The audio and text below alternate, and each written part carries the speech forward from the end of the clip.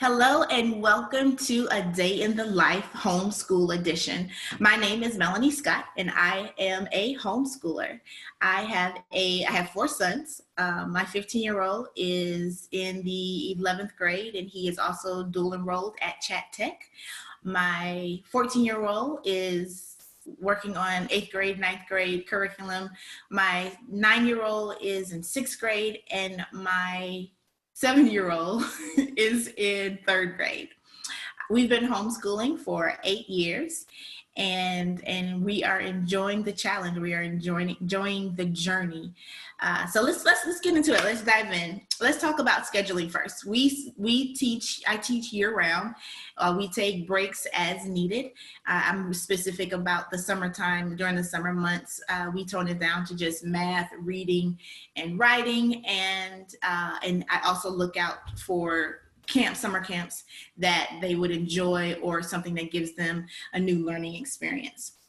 Our days off are usually planned. We always do for our birthdays. Those are considered holidays around here.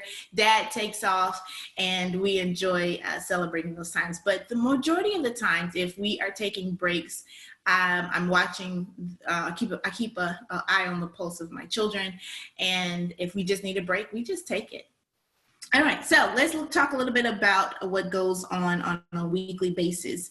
As far as our weekly activities, we have some type of field trip, some type of enrichment, some type of class or community service that we end up doing at least every 2 weeks, if not every week. We go to music lessons once a week. Of course, since COVID-19 pandemic has occurred, we are doing those online. The boys have tennis lessons that they take. And we also go and visit my grandparents in Southwest Atlanta on a weekly basis. And again, that gives us a change of environment, which is healthy for me and it's healthy for the boys as well. What else is good and also my son who is enrolled in Chat Tech, he has labs that he has to go to. And again, all the campuses are closed right now. So if you're watching this 5 years later, there was a pandemic that happened in 2020. And so we are currently in that pandemic right now in April. All right, so what does my typical day at home look like? I have an early riser. My 9-year-old is an early riser. He is normally up around 6:45, 7:15, and he is looking for his planner to begin his work. My 7-year-old follows him pretty closely and he gets up around 7:15. They get dressed, they make their beds, and they head downstairs. They come down here and they go to their desk to find out what their planners look like. They actually will sit down and start doing some of their work before they even have breakfast. My 14-year-old, he gets up around 7:45 and he gets dressed and prepares the breakfast that he wants or what the group wants. And my oldest usually gets up around 8:30, 9 o'clock. Now he has gotten into this habit of working his college assignments until late. And so we are going to have to attempt to break that habit before the next semester. Now, the other big piece that I think is super important for moms, as you all are listening, is what is my routine? Because what I do impacts my entire day and impacts the entire home. I get up and I exercise every morning. And I have a workout that I do here at the house. I don't go to the gym. I do it all here. And I've even started running half a mile since the pandemic has hit. But this is my me time. This is my me time, my self-care. This is me pouring into myself before I pour into anyone else. And if I miss my workout, my day does not flow as well as I would like it to. And so I've recognized that. So it has actually become one of my non-negotiables just for me. Again, I take care of me first at the beginning of the day before I pour out to the rest of my family. When I finish my workout, I'll go and I'll get dressed and I play worship music while I'm getting dressed and get my shower. And by the time I get out and I'm dressed and ready to go, everybody's ready. Like, we're ready to do this. We're ready to start our day. Let's see, what time do we finish? We finish my younger ones, sometimes if they are, working extremely hard and continually going, they'll finish around noon or 1:30. My older two, sometimes their work requires a little bit more time, and so they finish around 2 p.m., 3 p.m., just depending on the task for that day. Science is pretty intense, as well as some of their composition, so that pushes their time a little bit further through the day. One of the questions, how do you handle working with multiple students during the day? Now, here's one of my keys. Every single one of my students has a full agenda when they show up in my classroom. Their planners are stacked tight, and it's continuous learning. If they're not learning specifically with me, it's independent learning, or it's some type of structured playtime, but they are nonstop. They have a full agenda when they come into my classroom.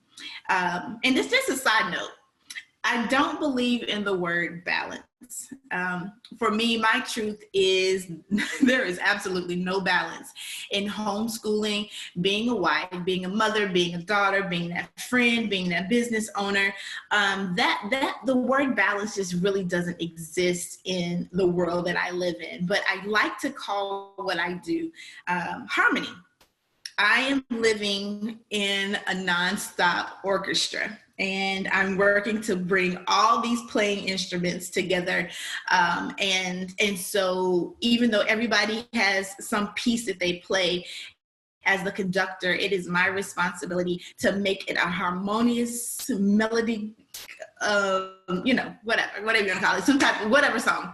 But I attempt to identify things based off of what the priority is. So I might have a full day, but if my son comes down the stairs and he's sick, all the attention shifts to taking care of the sick child. And so again, there's really no balance that happens. It's really more of a flow and a harmony of how I make all the things that I need to happen in my home. Let's see. So question is, what do you do about little ones needing attention while you're working with your older ones? Well, let me tell you a little bit about my history. So every single one of my children started off in Montessori. My older two, they actually went to school at a Montessori school. And then when I came out of the workforce, I was a project manager at IBM. And when I came out of the workforce, obviously that tuition didn't exist anymore. So I duplicated that entire learning environment from the Montessori methodology in my home. And one of the things that they do, which I absolutely love, keep in mind, Montessori usually has about 30 children in a room.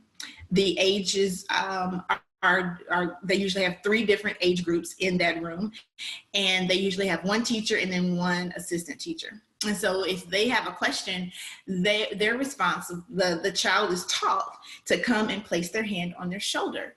And as soon as they finish with the child that they're working with, the teacher will turn their attention to the child who has their hands on their shoulder. Now, of course, that did not work out. It took a little time to work that out with my younger two, but they actually got the hang of that. And so if I'm sitting here working with someone on something, they can come over and put their hands on my shoulder. And, every now and then while I'm still talking, I might pat them just to let them know that I acknowledge that you need me and I'm available for something if it's not something urgent. But they have learned to allow me to finish what I'm doing with one student before I need to come to address the other. So that's just something I've done, and that's worked well in our home.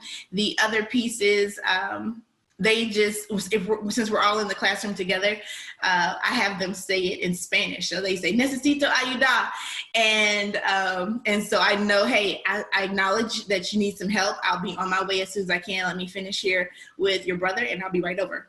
The other part is, and after they realize, wow, she's not going to answer me right away, even though I've called her unless it's an emergency, they have learned to identify, let me go see if there's something else on my planner that I can do independently, that I can do while she's helping somebody else out. And other times they actually just ask their brothers if they need help. So we've learned now that they've all gotten to an age where I don't have any itty bitties anymore. Everybody has kind of learned that when mom is having a conversation or having a lesson with one of the other students, I need to find something else that I can do independently until she is available. And it's actually worked really well. How do you handle housework, laundry, dishes, and dinners? All right, y'all, harmony. You heard me say that before. And again, that is just the way I do things. I don't have a time when I just say, hey, I'm going to stop and I'm going to get dinner planned. That's just not how it works around here. We'll be doing things during the day. I'm keeping my eye on the calendar and on the sun. And then I know at some point we need to stop and we need to figure out what are we doing for dinner. One day I'm going to find some type of superpower to learn how to plan in advance, but that just has not happened here at my home. But I promise you, I feed all these babies. They get fed every day. As far as laundry, I will put a load in during the week when I can. I'm a real big person about not washing any of the clothes that could possibly get wrinkled. And for like towels and socks and underwear and things like that, I can just throw a load in there and then dry it. But then for the clothes, I tend to do those on the weekend. And I do that specifically for my younger two. I plan when I wash their clothes, I fold them and place them in their drawer so that they are able to get them out, but without the help of me in the mornings. And so literally their outfits are folded in their drawers. That takes any type of responsibility from me from having to get them dressed. They know I can open up a drawer, I can grab a shirt and a top and socks, brush my teeth, wash my face, and I'm good to go. So that's just something that that's the way we kind of do things here. What else? Let me say, so homeschooling style and, what does my home atmosphere kind of look like? So I am traditional in my homeschooling style. It's actually a mix of a little bit of everything. Again, like I mentioned, each one of my sons, they started off at Montessori. My oldest two actually went to a classical private school, and they were doing so amazingly well. I asked them to put my oldest in a grade higher than he was in, and they were like, oh, Miss Scott, we don't do that, and I'm concerned about his social development, blah, blah, blah, blah, blah. And so I kind of looked at my husband, and I was like, if he bring 100 home, so we had to figure out something else. And so that's when I found out about that homeschooling even existed. And so we end up going to a conference and finding out a little bit more about it. And I decided, hey, let's bring him home. Let's try this thing out for a year. And you can pay me the tuition. so we've been doing it ever since. So this whole traditional piece, it just has worked well for us. And keep in mind, when I tell you that our planners are stacked, we have full agendas, full days, but it's not from a perspective as I'm trying to keep them, what's the word I'm looking for? Like I'm attempting to keep them on the same level as someone else. No, children are children, and they have the ability to absorb a great amount of information that is provided to them. And so in my homeschool, my goal is to allow them to learn as much as they can. I'm very cautious and I watch very closely with what they don't like, what they do like, what their strengths are, what their areas of improvement are. But we go hard, and again, I provide an environment which is a nonstop environment of learning. I'll tell you, I had a workbook for my youngest who was still learning how to write, I guess maybe when he was 6 years old. And he told me, he said, Mommy, I hate spelling. And I'm like, oh my gosh, you've been reading since you were 3. Why do you hate spelling?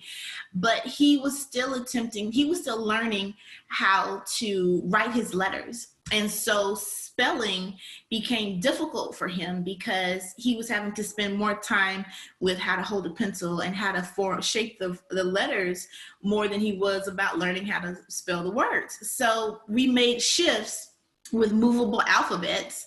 And all of a sudden, later on, like 2 months later, he's like, oh, I love spelling. Spelling is awesome. I can do spelling in the back of my head. And, but it was interesting to see that at that point in his development, he wasn't ready for a book. He wasn't ready for a workbook. And so again, I'm paying close attention to the development of my children to see where they are, Are there are there things that are keeping them from learning? And so we adjust as needed. So again, homeschool style, we take a little bit of whatever is needed, but most of my curriculum is books or textbooks or workbooks, and a boatload of hands-on pieces, and that's how we do it. Let's see, what else? Why am I homeschooling? I think I already went through that. We pulled them out because the private school was not providing the type of academic rigor that we were looking for. And then again, my goal is to provide my sons with a learning experience that supports their future. Whether they want to be a manager at Target or whether they want to be an aerospace engineer at NASA, it is my goal and it is my desire that they have the foundational academic background that they need to be either one. And so I put a note in here because I wanted to make sure it's important to note that none of my school can grow up to be a homeschool mom. So them shadowing me or doing the things that I do, like that doesn't exist for someone who at some point needs to be able to grow up, be men who are, positive contributors of society, who may one day decide to get married and have a family, and then provide for that family. I don't want them to shadow me. I don't want them to learn how to do, and of course they already know how to do life skills, but again, I don't want them to think that staying in a house all day long and teaching their children is what they get to do when they grow up. As far as my sons are concerned, their responsibility will be to, if you're a business owner, kudos. If you are an employee of an employer, kudos as well. But you won't look like mommy when you grow up. You won't look like a homeschool mama and a wife when you grow up. You will look like daddy. So that is my goal. My goal is to ensure that they feel comfortable being that man once they grow up and take those roles. How do I decide exactly what I teach? I line it up to my goals that I set for each one of my children. I set goals at the beginning of the year and write them down. And then from those goals, I identify what we're going to talk about, what I'm going to teach. And then I also add their pieces for what they're interested in. So my 7-year-old, my little one, wants to be a judge. My 9-year-old, he wants to be a doctor. My 14-year-old, he wants to be an engineer. And my oldest is interested in real estate. And so if you go into their curriculum or their drawers, you will see something that has to do with one of those areas. And keep in mind, I wanted to be a teacher when I was a little girl. And of course that I went teacher, but I went to become an electrical engineer. And then I actually became a project manager at IBM. And all of a sudden now I'm a teacher. But I say that to say that if any of them change and any of them want to do something different, they will still have the foundation academic background that they need to shift to whatever it is that they would like to do.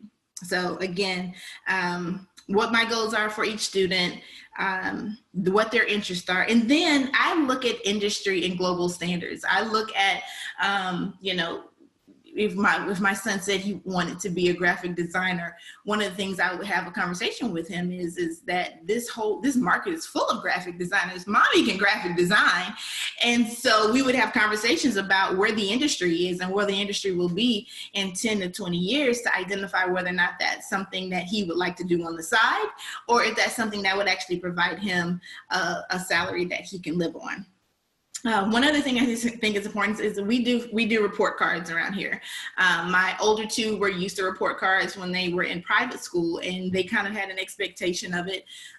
Once their first year of homeschooling was done, they were like, "Where's my report card?" And I was like, "Let me go work on that." And so I got their report cards done. And then the younger two saw that the older two were getting report cards, and they were like, "Where is my report card?" So we do report cards in my school, and I have character pieces on there, and we also the thing that's kind of beautiful about it, I know a lot of people are like, "No, I'm not doing report cards for homeschoolers," but you know, I check fruit.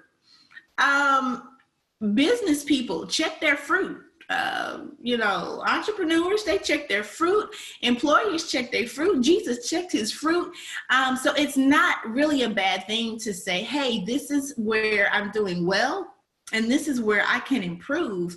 And so we just kind of made it something that we do now. We check fruit. We have report cards, and we sit down with the principal, who is dad, and we have end of the year conversations or mid-year conversations, and we talk about areas of improvement. And it's just been a really good piece, a really good feel for our school. All right, what else? What curriculum do you use? Oh my, I will share this information in my links. But every year I print off something that looks like this, and I have my students at the top, and then I kind of plug and chug where we're headed and what we're doing. So from art to spiritual development, what do they learn on the computer, foreign language, handwriting, health and physical education, social studies, grammar, leadership development, which is one that most people probably don't think about, logic and thinking, math, music, science, spelling, vocabulary, writing, and then I have this huge area of extracurricular activities, business and finance, and then reading and literature. I think that's it. And for reading and literature, we always use books. We don't do like the little small, you know, portions of books. We read entire books here, bibliographies and business books here.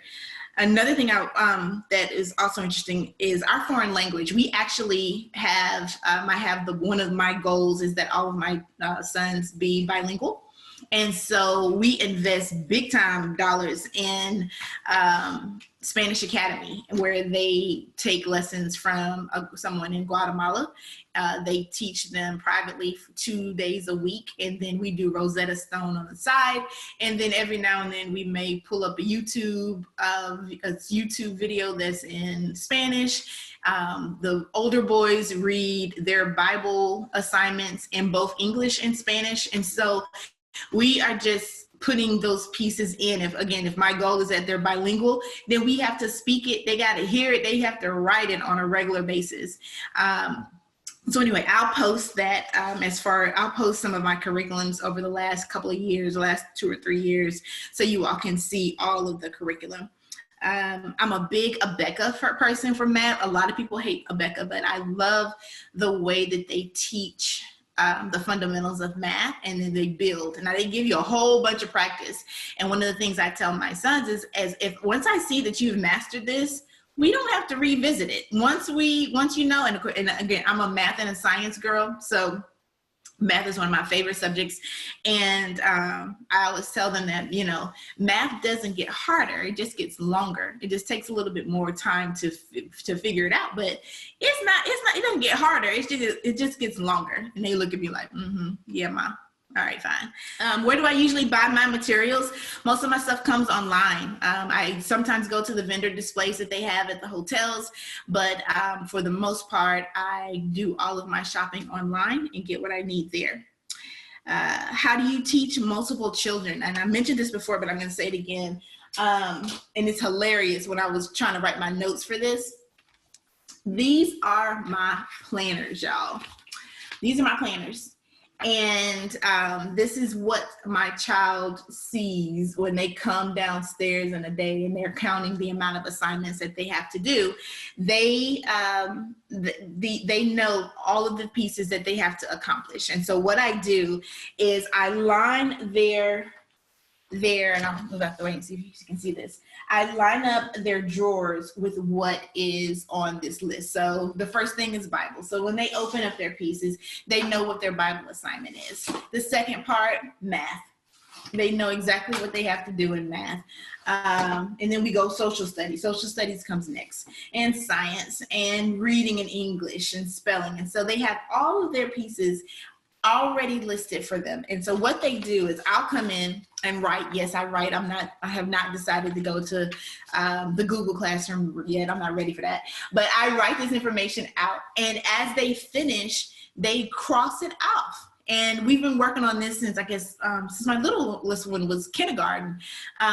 They know it's one line through that says that I've completed it, and they go to the next. And they know exactly how to look for each piece. They know how to look for, hey, what I have to do with mom. You'll see math says page 67 and 68 with mom. They'll see workbook page 50 to 51, which does not have mom, which means I can go in here and I can do some independent learning and I can read the information. And if I need help, I call mom and she's right there, ready to work with me. So y'all, my planners, this is my supernatural power. This is my superpower, are my planners. I have 4 of these, one for each student, and I fill them out to make sure that they have exactly what they need and they know what they need to accomplish for the day. And it was hilarious. I was actually putting my notes together, and when I said, oh, wait, I need to go order wires for next year. And I just stopped all of a sudden and was like, oh, wait, no, let me go get these in here.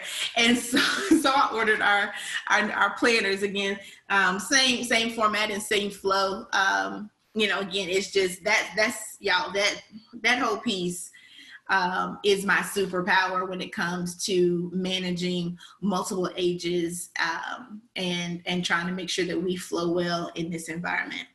All right, so what else do we have? Let me see if there's anything. What are your biggest homeschool challenges? I kind of thought about that. And the one that kind of stands out right now is I would like for my sons to all have one good friend that's outside of this home. And that's actually just been very difficult to establish. And I think maybe it's one on my side, but then 2, it's just the environment. It would just be really cool just to have one good friend outside of the house. And I think the hard part for me is I intentionally tried to make sure that I had sons that were close in age. So they really have who they just kind of really have they brother, they friend on the side. But I think it'd be healthy to have a group or a group of folks that the older boys get together with, and they come together and make stuff happen. And that's actually why I started a beta club, because I wanted my sons to be in an environment where they could possibly build some friendships and do some community service and some academic excellent stuff. But that hasn't taken yet, and I don't know if it ever will. But yeah, that's right now my biggest homeschool challenge. What do you do? What do you wish I had done? Let me see.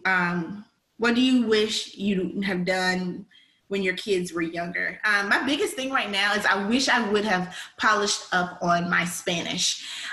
If I would have done that before they were this age, we would have been talking it more frequently, and it would have been coming a lot naturally for all of them. And so once you get to a point where mom is like, hablo español, and I'm not saying nothing else in English, you are now required to learn the language that your mom was speaking. And so if I could have done that when they were itty bitties, I definitely would have polished up on my Spanish so that I could support them and even make Fridays.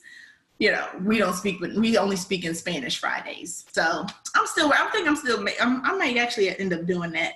Let me see. What's the best piece of homeschooling advice you've ever received? One lady told me, when something isn't working, change it. Now, my first couple of years of homeschooling, I saw some things that I was like, oh, I don't know if I like that. But we went through it anyway. And I was like, I hated that book. So when she said that, it kind of gave me a freedom of, no, this your homeschool. If you don't like it, if the baby don't like it, take it out, sell it, put it in trash, recycle. There is no reason that I have to keep anything that is not working for our homeschool. And sometimes you just have to give yourself the freedom to say, hey, no, this isn't a good fit. Let's do something different. So that would be the best advice that I've ever received. And then what is the one piece of advice that I would give other homeschooling mothers? My biggest thing would be plan. Like, y'all, when I tell you I plan what we do here, like intensely, it is a well-crafted machine that is going on in my home. And here's the part, and here's the bigger part of that. I plan intensely, but then I know how to flow. Again, remember that word harmony. I know how to make sure that things are working well. And so I might have things planned out for Tuesday, but my son may come down the steps and he ain't feeling homeschool today. Or both of them come down the steps and neither one of them are feeling homeschool today. I have the ability, because my things are laid out so well, I have the ability to say, we gonna take it easy today. Like y'all wanna go outside? Do we need to go bike riding this morning? Or do y'all need to get it out? Do y'all need to play a football game? Do y'all need to go outside and play some football, get some basketball? I'm able to keep my eyes on what's important, where they are as far as their composure, how they're receiving things from me. And if it's not a good day, it's just not a good day. And I'm okay with that. If I say, hey, get 3 things done and call it, we're done for today. They can go over there and they will finish up their work and they're like, I'm done. Let's do something different, mommy. And again, because I have established a pretty good format in this home, I'm not thinking about that when I go to sleep, because I know we'll pick up tomorrow, we'll pick up next week. We have that ability to flow. So, again, plan with everything you got, make sure you have everything ready to go. But then at the same time, be okay with shifting, be okay with, and even with my youngest one, my 7-year-old, we don't even do the desk. Like, they sit at the desk at some period of time, and then a lot of the work is done on the floor. I lean over and kiss that baby. I promise you, he would never have gotten as many kisses if he was in somebody's building. But I love on him. I cheer them on. If I see that they're getting frustrated, I tell them, take a break, take a minute, chop it up. Let's finish the rest of it tomorrow. I am extremely flexible in how we get it done. And then, but again, they are able to, every single emotion that they have is validated. Every single feeling that they have is validated. And so I tailor our days based off of what their needs are. And I think that's one of the most beautiful things about homeschooling. One more other thing, and I don't think I mentioned this, my independent learners, and I've had independent learners since Montessori, because that's kind of, it's student-led. Montessori is student-led, but they get to pick what they do first. It's usually, they always usually go toward Bible first, which I think is beautiful, but they get to, they have the ability with the planners, they have the ability, they are empowered to choose what you want to finish first. And so they are feeling math right now. They will get out their books and they'll be ready to do math. Hey, mom, I'm ready to do math. And we're in our lesson. They might want to do spelling. They may want to do reading. Hey, mom, can we read now? I allow them to be empowered in that area, because again, this is their learning experience. This is their learning journey. And so they get that moment to determine, hey, I want to get this done. Now, there's times when they like, I ain't finished that. I ain't feeling that social studies at all. I don't want to do that English and them sentence diagrams. And so when I notice that they're coming back down to the end, I'm like, hey, let's get the English book out. Let's finish it. And it works well. It works really well. So hopefully this has been helpful.